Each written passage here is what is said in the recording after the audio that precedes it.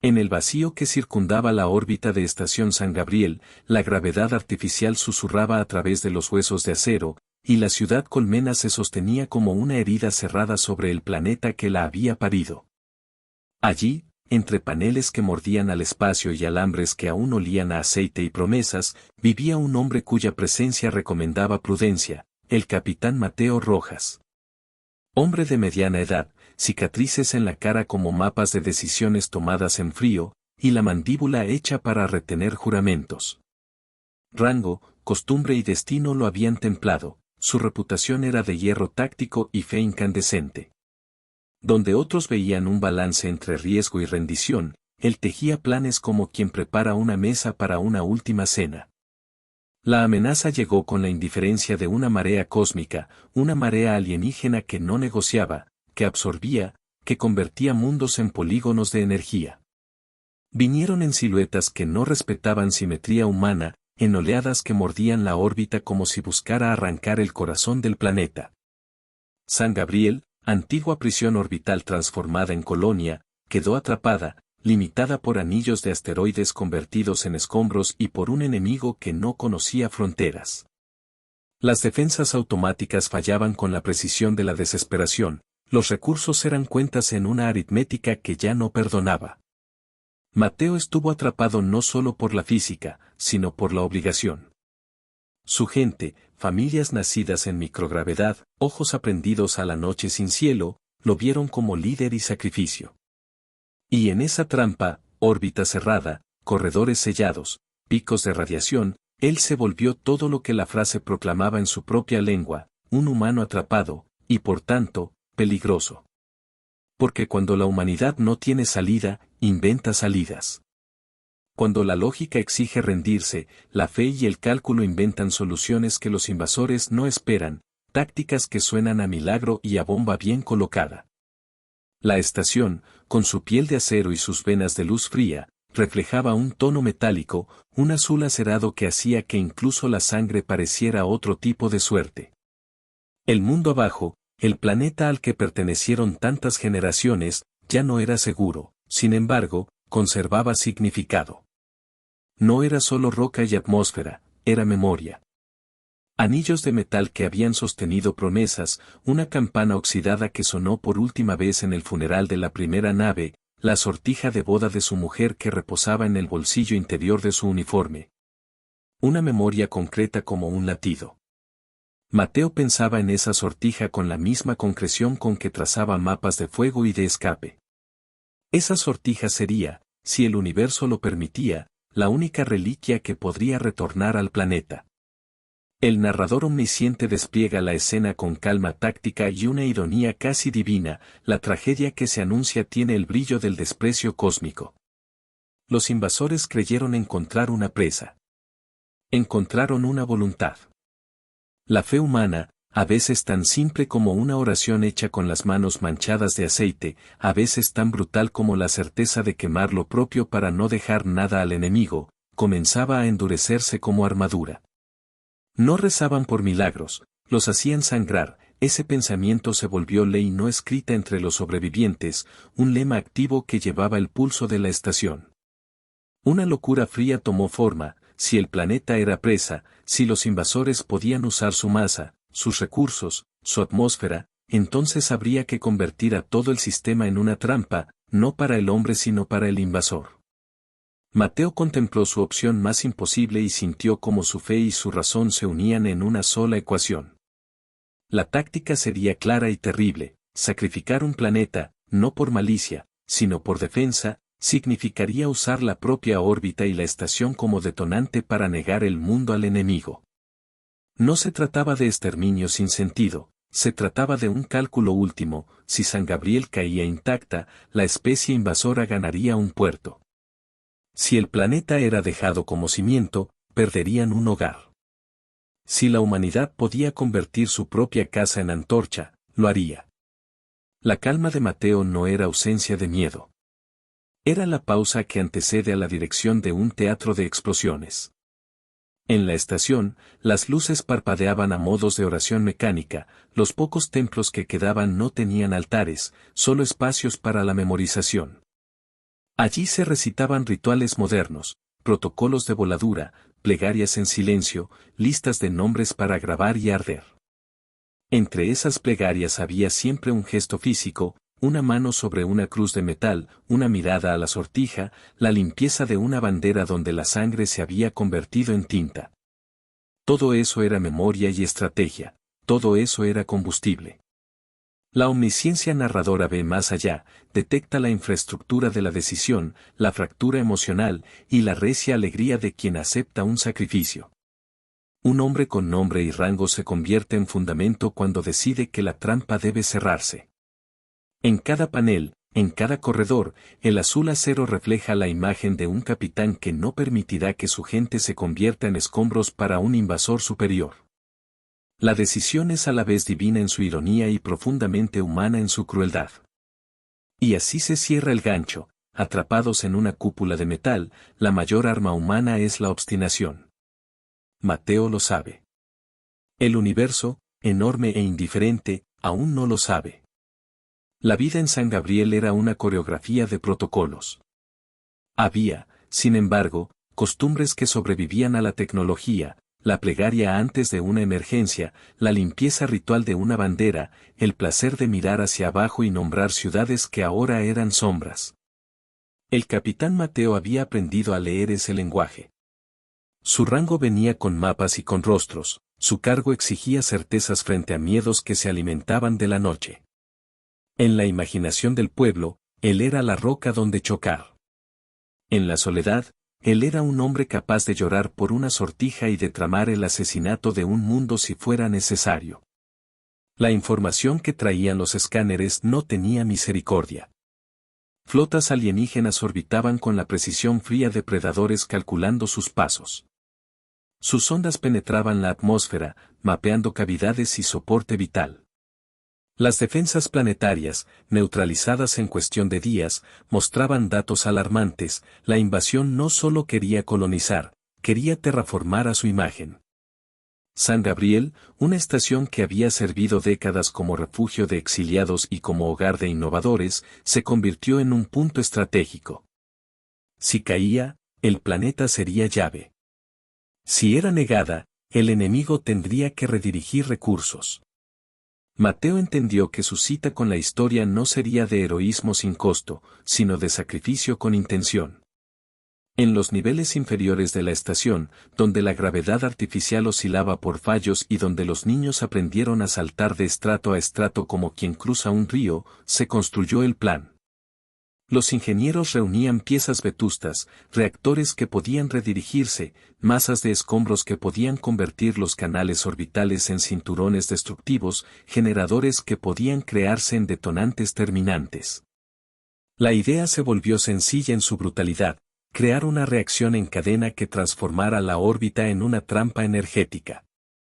Una detonación calculada que no solo haría volar la estación, sino que alteraría la composición de la atmósfera planetaria por un tiempo suficiente para hacerlo inhóspito a la ocupación invasora. Era un castigo que la humanidad se daba a sí misma para evitar el peor pecado, la entrega. Mientras se diseñaba la maniobra, se alimentaba la fe. No una fe dogmática, sino una fe práctica, rezos como aforismos tácticos, plegarias que hablaban en términos de fusibles y distribuidores. En la capilla improvisada, alguien había bordado palabras en una bandera: no rezamos por milagros. Los hacemos sangrar. Ese lema, rugoso y cierto, se convirtió en emblema de una nueva liturgia. No era blasfemia, era juramento. La fe, en la estación, se transformó en matemática y en voluntad. Mateo no ocultaba sus recuerdos. Tenía 3 reliquias privadas: la sortija de su mujer, símbolo de lo que debía proteger, una foto arrugada de su hijo, con la sonrisa de quien nunca conoció tierra firme, y un fragmento de tela manchado de sangre. La bandera de la primera defensa, enrollada y guardada en un compartimento hermético. Estas 3 cosas le daban perspectiva, una humana, otra familiar, la última militar. Cada objeto era una memoria simbólica que lo guiaba en la noche helada del espacio. Los preparativos exigían decisiones que mordían la carne del corazón. Se deliberó en salas donde las ventanas miraban el vacío y donde la luz era un acero perpetuo. El plan de Mateo no era suicida, era un cálculo de tasas de supervivencia, de rutas de escape y de protección para los inocentes. Algunos debían ocuparse de la detonación, otros, de la dispersión de la población hacia módulos aislados. Para aquellos que no podían ser salvados en su totalidad, se diseñaron dispositivos de camuflaje térmico, cápsulas crioestáticas, protocolos de evacuación planetaria que solo funcionarían si la detonación daba tiempo. La lógica del capitán era cruda, sacrificar para salvar la esencia. No obstante, la estación ofrecía más resistencia de la esperada. El enemigo había aprendido a estudiar. Sus ondas mordían las defensas con frialdad, intentando anticipar la estrategia humana. Cada movimiento, cada reubicación de escombros, aumentaba las bajas. Los ingenieros trabajaban con manos que temblaban por la fatiga pero que tenían la precisión de cirujanos. La fe se mezclaba con la técnica, oraciones cronometradas, procedimientos que sonaban como cantos de guerra en el taller. La omnisciencia del narrador mira esa mezcla con ironía divina. ¿Quién diría que la humanidad rezaría por cargas y no por milagros? La moralidad de la decisión, usar su planeta como arma, golpeó en mesas y corredores. Hubo quien lo llamó herejía, hubo quien lo llamó salvación. Mateo, como capitán, tomó una decisión que no buscaba la aprobación sino la eficacia. El plan exigía que el detonador maestro estuviera en la estación, que la detonación fuera tan precisa que no solo destruyera la infraestructura utilizable por el enemigo, sino que también impregnara la atmósfera con elementos que retrasaran por generaciones cualquier terraformado agresivo. La humanidad no abandonaría el planeta para siempre, pero le pondría el precio más alto a cualquier tentativa de ocupación. Mientras tanto, la columna vertebral emocional de la estación se fortalecía con recuerdos, una sala donde se guardaba la sortija, una pequeña capilla con un libro de nombres. La bandera con manchas de sangre que atestiguaba la resistencia previa. Estas imágenes se convirtieron en pilotos morales para los voluntarios. La bandera con sangre se convirtió en estandarte, la sortija, en promesa, la foto del hijo, en cuota de justicia. La gente comenzó a hablar en metáforas tácticas y en metáforas de fe, como si la única forma de sobrevivir fuese mezclar la devoción con la aritmética. Mateo, en su soledad de comandante, hizo un acto íntimo, sostuvo la sortija en la palma, la frotó contra su pulgar y la dejó en el pecho, cerca del corazón. No era superstición, era recordatorio. La sortija le dijo, proteger o condenar. Él eligió proteger a la humanidad de la ocupación, aun cuando la elección significaría heredar al planeta un periodo de desolación. La omnisciencia ve el peso de esa decisión, un líder no solo calcula variables, también carga con memorias que hacen de su sacrificio algo reconocible y humano. En la estación, mientras se instalaban cargas, se ensayaban rutas de huida, y se sellaban compartimientos, la terrorífica limpieza del plan comenzó a brillar con una belleza terrible. Los niños fueron instruidos en juegos que simulaban la dispersión, las parejas se miraban con la necesidad de un último juramento. En las paredes, alguien dejó escrito a mano, no como un lema oficial, sino como una advertencia ardiente, no rezamos por milagros. Los hacemos sangrar. La frase no era solamente un lema, era una promesa activa. Era la confesión de que habían elegido la misma violencia que la invasión, pero para un fin distinto, negar al invasor la recompensa del planeta. La fecha límite se acercaba como una sombra que devora horas. Los invasores, sensibles al flujo de energía y a la alteración de las órbitas, intensificaron sus ataques. Sondas autónomas perforaron el cerco, buscando hubs de comando. San Gabriel respondió con maniobras de distracción, caravanas de escombros redirigidas hacia trayectorias que obligaban al enemigo a redireccionar recursos. Mateo demostró su genio táctico en la práctica, usó la incertidumbre y la agresividad enemiga en su beneficio. Desplegó señuelos, simuló desvíos y puso a prueba la paciencia del adversario. La estación, que era una cárcel y un hogar, se convirtió en tablero. Las cargas principales se alojaron en puntos que parecían imposibles, en los viejos camiones de transferencia, en pilas de baterías abandonadas, en los depósitos de helio líquido que cerraban la respiración del lugar. Los ingenieros, bajo la mirada firme del capitán, diseñaron secuencias que mezclaban explosión pura con modificaciones químicas que cambiarían la composición atmosférica. No buscaban un apocalipsis definitivo, buscaban un cierre extendido. Quienes comprendían el plan sentían un frío que no provenía del vacío, era la conciencia de haber decidido matar un hogar temporalmente para impedir que lo robaran. La tensión convirtió a la estación en un corazón latiendo con precisión mecánica. Las misiones de distracción comenzaron a salir, drones de metal que se sacrificaban por abrir un hueco, naves pequeñas que, al ser destruidas, soltaron cargas que deformaron la trayectoria de las sondas enemigas. Mateo, desde el centro de comando, parecía encarnar la calma. Su mirada recorría mapas de isobaras y botones, y su calma se convirtió en la brújula de la estación. Los oficiales jóvenes, acostumbrados a la claridad del manual, se toparon con la moralidad en carne viva. Mateo tuvo que tomar decisiones que implicaban selección, quién se quedaba para asegurar la detonación, quién se evacuaba. En esas decisiones, volvió a aparecer la sortija en sus manos, un recordatorio punzante de por quién y por qué se hacía aquello. Un momento se volvió central en la pulsación del ascenso, la interceptación de una sonda enemiga con un lenguaje de guerra desconocido.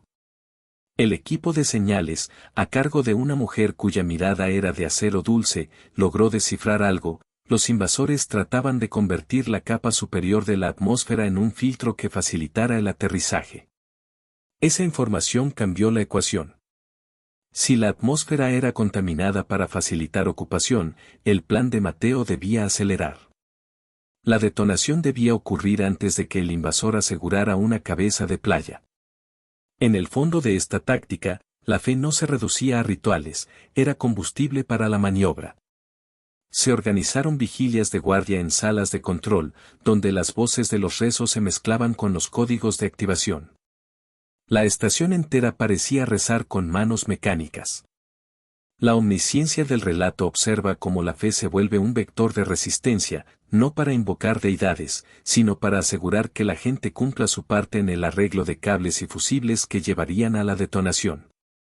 Entonces ocurrió la primera fisura interna, una facción pequeña pero ruidosa presentó objeciones. Alegaron que destruir el planeta era una crueldad irreparable. Mateo trató de hablar, pero la medida de sus palabras no necesitó discursos, mostró la foto del hijo, la sortija y la bandera. No había palabras que reemplazaran actos. La discusión se tornó en acción, quienes se negaban se exiliaron a módulos laterales, quienes quedaban firmaron con sangre en la bandera. La estación se dividió en convicciones, no en espacios. Cada uno eligió su credo. La escalada llegó a su punto cuando una de las ondas enemigas consiguió penetrar un anillo de defensa y detonó en la bodega de suministros. Fue un ataque que dejó a la estación sin la posibilidad de reabastecer algunos combustibles menores, pero reforzó la resolución humana. La sangre sobre la bandera fue más literal esa noche, la verdad de la guerra se manifestó en heridas abiertas que se cerraban con juramentos. Mateo, firme, ordenó que se continuara. Los niños fueron trasladados a cápsulas protegidas, las parejas fueron abrazadas con la posibilidad del adiós, los técnicos sellaron sus equipos con la serenidad de quienes saben que el resultado depende de su perfección. La noche anterior a la activación definitiva, Mateo caminó por los pasillos con silenciosa devoción. Se detuvo ante la capilla improvisada, tocó la bandera y dejó la sortija sobre el libro de nombres. No pronunció palabras. La omnisciencia narra su acto como una plegaria sin sonido. La estación, ese organismo de metal, vibró con la expectativa. Los paneles cívicos mostraron rutas de escape con luces intermitentes. Los grupos de voluntarios se alinearon, sabiendo que algunos no volverían. La tensión se espesa hasta volverse visible como niebla de condensación en los respiraderos. En la madrugada, cuando la bóveda espacial estaba apenas translúcida, los invasores lanzaron un ataque masivo que buscaba neutralizar las cargas y vulnerar la instalación de detonación. La estación respondió con todo lo que tenía: drones suicidas, muelles de rescate que se cerraron en cadena y un ballet de explosiones diseñado para simular una desintegración que no era completa. Mateo, en la sala de comando, tenía la vista fija en un contador que marcaba segundos con la cruel serenidad de un metrónomo. Su mente trabajaba en formas de contagio, como hacer que la detonación toreara las trayectorias enemigas, como usar la explosión para quemar sendas de aproximación, como garantizar que su sacrificio fuera una traba y no una victoria del invasor. La omnisciencia relata la última semana como una concatenación de pequeños milagros técnicos y actos de fe cotidianos. Cada cierre de circuito, cada soldadura, cada medición, se cargaba de una gravedad sagrada. Un hombre soldó con manos que temblaban y dejó caer una lágrima sobre el metal caliente. Una joven actriz de sistemas dijo una plegaria mientras calibraba un detonador. Un viejo veterano limpió la bandera con manos que habían visto peores desolaciones. La estación se convirtió en un altar donde la técnica y la fe oficiaban el mismo rito: la salvación a través del control del daño. La detonación no fue un espectáculo de adrenalina simplista, fue una maquinaria de decisiones convergentes. Mateo había delineado la secuencia con precisión, una cadena de explosiones que, al fragmentar masas y reconfigurar corrientes de plasma, induciría una transferencia de energía hacia la capa alta de la atmósfera. El resultado buscado no era la aniquilación total del planeta, sino la creación de una muralla química temporal, una especie de estela que retendría cualquier intento de terraformación durante generaciones. El precio era terrible: la estación se convertiría en núcleo de la explosión y la mayor parte de su infraestructura quedaría perdida. En el instante de la activación, la estación se iluminó con una claridad que parecía burlarse del vacío. Mateo, junto a los pocos que se quedaban, quedó inmóvil, como si el tiempo fuera una banda de película reproduciendo en cámara lenta. Las cargas detonaron en secuencia. Las ondas de choque viajaron por la estructura metálica como manos que trituran huesos. La energía liberada fue a la vez belleza y abominación: arcos de plasma que recortaron la oscuridad, chorros que parecían pintadas sobre la bóveda espacial, restos que giraban en una danza macabra. La maniobra funcionó, pero no sin costo humano. La estación comenzó a fragmentarse. Paneles que habían sido hogar se desprendieron y fueron lanzados hacia trayectorias calculadas. Un casco perdió la luz. El capitán Mateo sintió en el pecho el zarpazo de la pérdida. La fotografía de su hijo, asegurada en un compartimento, tembló. La sortija se deslizó en su mano como un testigo que no quería caer. La omnisciencia describe el momento con perspectiva amplia: la detonación materializó la decisión humana de dar. Fue un acto soberano que transformó la estación en una antorcha que nadie hubiera pedido, pero que salvó una posibilidad. El punto crítico llegó cuando los invasores intentaron tomar ventaja. Una nave nodriza se lanzó hacia las corrientes de escombros con la intención de usar los fragmentos como blindaje y establecer un punto de anclaje. Mateo había previsto esa jugada. Ordenó la activación de un segundo conjunto de cargas ocultas en los escombros, configuradas para detonarse al contacto con una masa metálica de cierto tono térmico. Fue un truco de ingeniería que transformó la protección en entierro. Al impacto, la nave enemiga explotó en una lluvia de metal y fuego. La explosión, vista desde la distancia, tuvo la cualidad de una justicia ejecutada con ciencia y rabia. En medio del caos, hubo un momento que levantó la piel: una escena en la que Mateo, con la estela de fuego reflotando en los ojos, vio a una pequeña cápsula derivando, con dentro la bandera manchada y una mano agarrándola.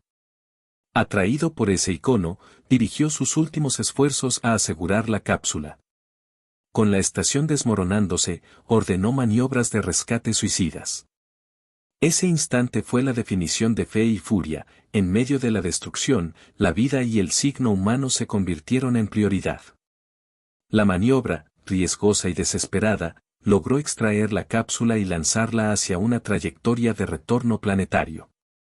En esa cápsula viajaban la bandera, la sortija y la foto, símbolos de memoria que Mateo no estaba dispuesto a perder. Cuando la secuencia culminó, la atmósfera del planeta cambió. No en un cataclismo irreparable, sino en una alteración calculada, nubes cargadas de partículas que dificultaban la estabilización de cualquier estructura ajena. La técnica de Mateo había logrado lo imposible, convertir su propia casa en una fortaleza temporal que el invasor no podía habitar inmediatamente. Fue una victoria que olía a humo y a metal caliente. Pero el precio de la victoria fue palpable y punzante. La estación, órgano vital de la colonia, ya no existía como estación. Las familias que no pudieron alcanzar cápsulas quedaron diseminadas como fragmentos de un idioma olvidado.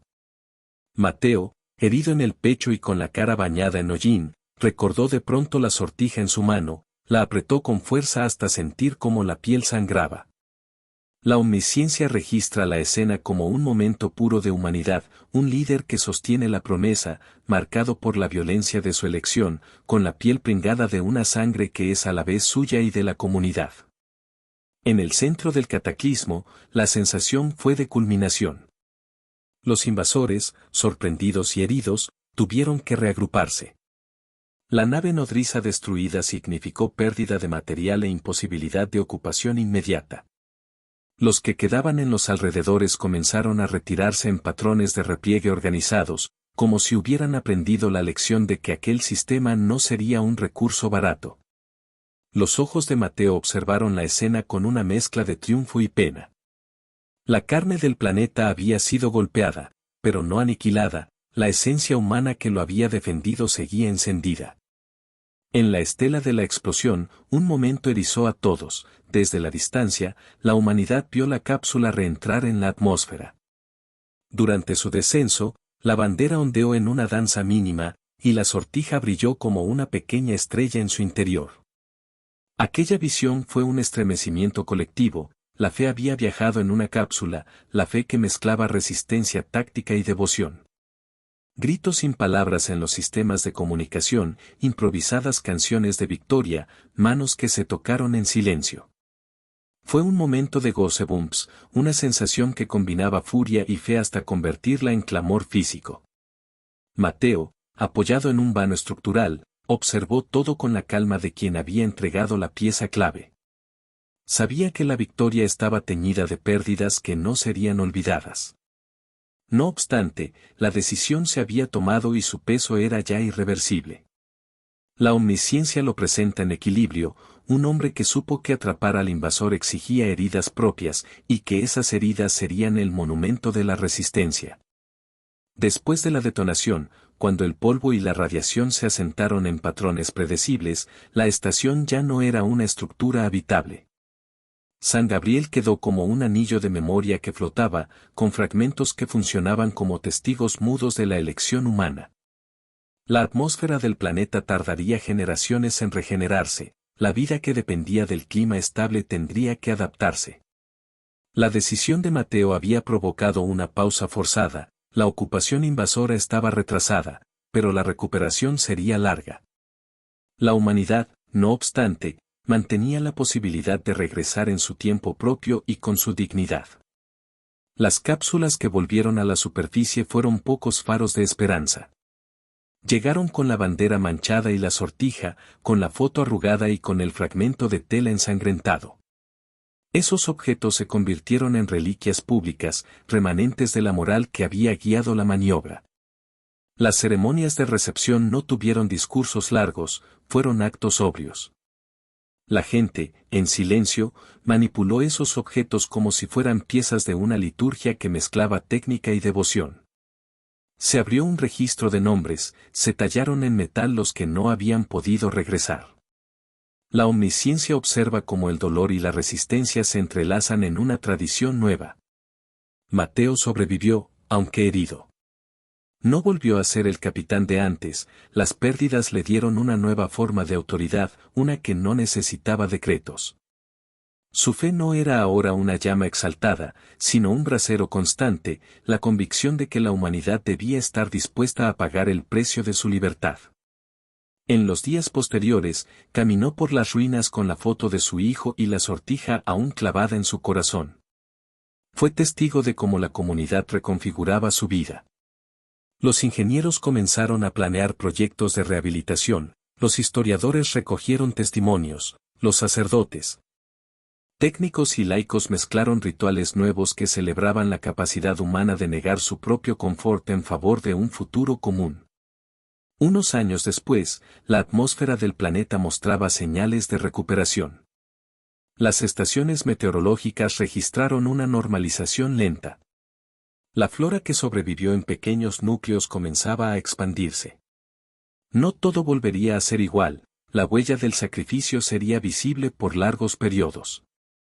Sin embargo, la presencia de una población que había resistido en cápsulas y que reimplantó semillas y memoria, funcionó como base para la reconstrucción. La omnisciencia del relato nota que la reconstrucción no fue una restauración sino una mutación, la humanidad sería distinta, más cautelosa, más unida por la experiencia de la elección. En el centro de la nueva comunidad, la bandera manchada y la sortija adquirieron la capacidad de narrar la historia sin palabras. La gente las miraba y entendía la cadena de decisiones que habían llevado a aquella condición. La frase impresa, no rezamos por milagros. Los hacemos sangrar, ya no era un grito de guerra sino una advertencia moral, la humanidad puede y debe usar la violencia cuando es necesario, pero debe ser consciente del precio. La omnisciencia del narrador subraya que la ética en tiempos de guerra se puebla de matices, no todo se resuelve con virtudes puras. Hubo también algo más, la presencia de un legado táctico. Los movimientos que Mateo había concebido se estudiaron en academias renovadas, en libros que mezclaban estrategia militar con filosofía moral. Se aprendió que la defensa de un mundo podía requerir la dureza de negar un hogar temporal, y que esa dureza tenía que estar siempre acompañada de un plan de restitución.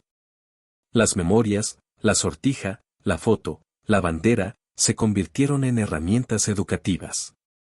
Cada niño en la nueva colonia conocía esas reliquias y aprendía la lección que llevan, valentía, cálculo y fe pueden ser la misma cosa.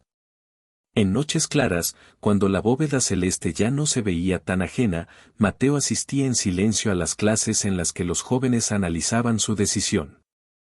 Escuchaba sin corregir, su presencia era dirección suficiente.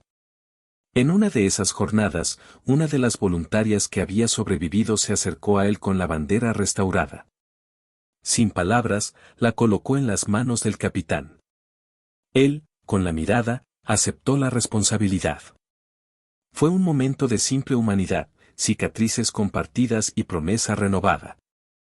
La omnisciencia narra un último gesto de fe que sella la resolución. En un día de reconstrucción, Mateo visitó el lugar donde la cápsula había sido enterrada temporalmente. Encontró el fragmento de tela manchado y lo colocó en la base de un nuevo árbol plantado por la comunidad. No hubo oración en voz alta, hubo un acto que retuvo la memoria. La emoción de la escena fue tan visceral que produjo un escalofrío en los presentes, la mezcla de dolor y orgullo que solo se obtiene al ver la humanidad sobrevivir tras su propia azotea de fuego. La reconstrucción fue lenta, pero efectiva.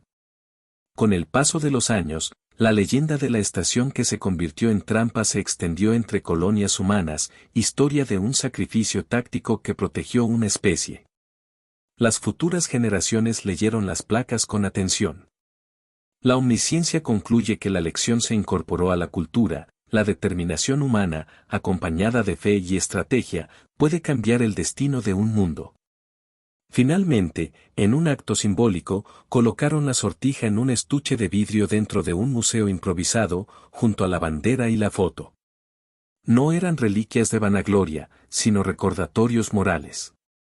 Mateo, con manos curtidas, miró el estuche y supo que la promesa se cumplió. La gente había elegido no entregarse.